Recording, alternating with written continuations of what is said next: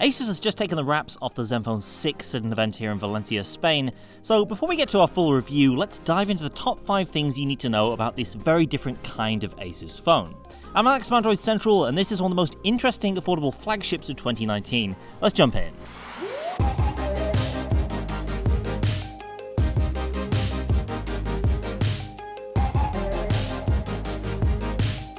This flip camera is the main thing setting the ZenFone 6 apart from pretty much every other phone out there. Instead of using one or more lower quality sensors for selfies, the ZenFone simply reverses its rear cameras thanks to this motorized module.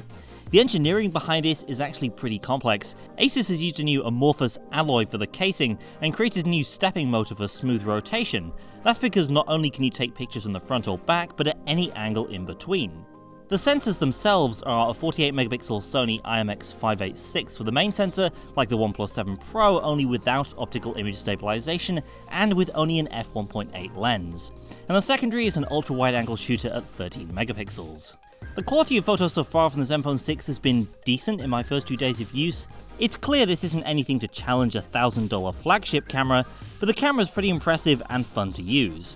ASUS has its own dedicated night mode of course, as well as auto panorama using the motor of the camera module to capture smooth panos. Obviously the nature of these cameras means you don't need a notch around the front. And while the ZenFone 6 does have a very slight chin down below, there are no unsightly screen cutouts to get between you and the 6.4-inch Full HD IPS LCD. It's a good looking screen, though one with a slightly different look to the OLED panels in most flagships these days.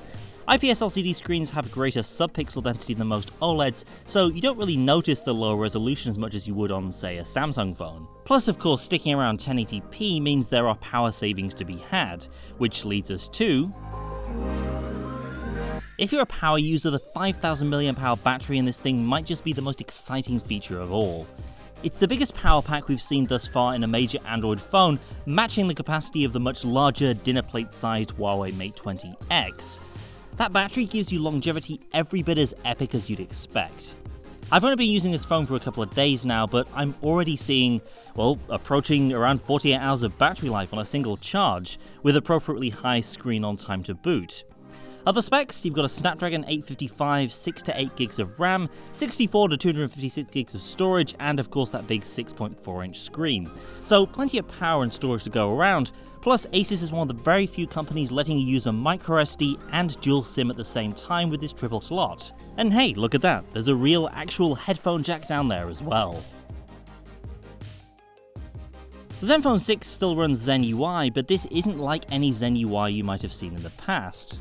For all intents and purposes, this is stock Android with the same ASUS features as before, just presented in a much better way. The overall aesthetic is light and bright. It's not quite Android One, but it's close enough that most people won't be able to tell the difference. It's not quite a pixel-for-pixel recreation of Google's Android UI, but it is extremely close, and where ASUS has done its own thing, the UI now matches Google's material theme, with blues and whites dominating the colour palette.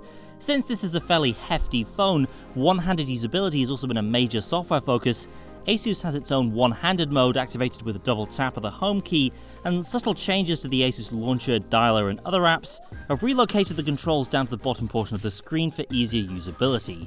And what's more, the ZenFone 6 is a part of the Android beta program, with ASUS promising to be among the first to ship Android Q later in the year.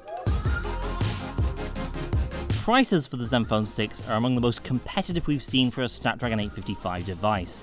In Europe, the 6 plus 64GB version starts at €599. US pricing hasn't been confirmed yet, but is rumoured to start around the $499 mark there as well, so pretty much the same once you factor in tax. At that price, you're really competing more with the regular OnePlus 7 as opposed to the OnePlus 7 Pro, and considering the specs and the unique features of the ZenFone 6, it could be a great buy at this price point. So that's it for now on the ZenFone 6. Stay tuned to subscribe so you don't miss our full review coming soon. Thanks for watching, and I'll see you next time.